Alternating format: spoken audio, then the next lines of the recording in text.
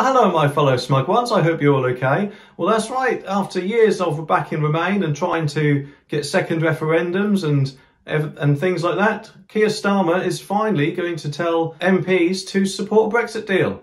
Let's begin.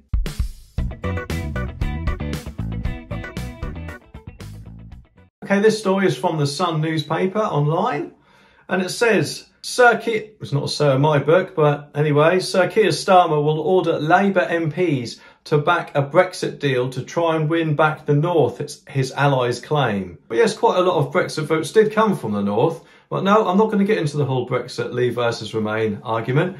But ever since then, Keir Starmer and Labour itself, it seems as if they've been trying to do everything they can to get rid of the result and try and keep us in the EU. But I'm sorry, the country voted to leave. They should have respected it, and that is why they lost quite a lot of votes, in my opinion. Shadow cabinet sources say the party will support almost any trade deal that PM Boris Johnson forges with Brussels. Almost any deal. Let me guess. Could that possibly be, apart from actually leaving the EU properly and just Brexit in name only? Is that what you want, Labour? Yeah? No? Yes? No?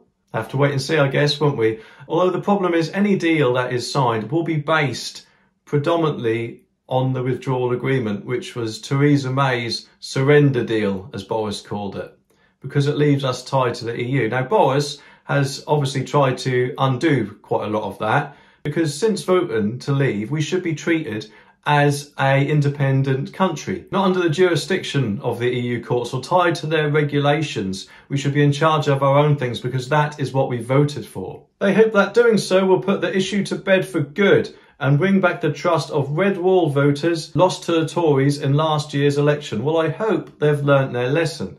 Although time will tell, won't it? It doesn't look like they're learning much so far. Strategists also say Labour's support will give the PM wiggle room to compromise. There we go. Compromise. I guess there was some reason behind it. They probably want to give everything control-wise back to the EU. Anyway, and they still have the votes to get an agreement through Commons, even with the objections in his own party. And they're probably talking about the Brexiteers, I'm guessing. Hopefully not. Trade talks between the EU and UK are reaching an end game, with negotiations working around the clock to get a deal, according to Office Minister Michel. The problem is they've been saying that for a while, and each time the deadline gets put back, and each time that does get put back, it makes us look weaker, which will not be good to get a deal. Approval for any deal will be needed by the end of December for it to kick in on January the 1st, when Britain finally severs ties with the EU. Let's hope they're all tied.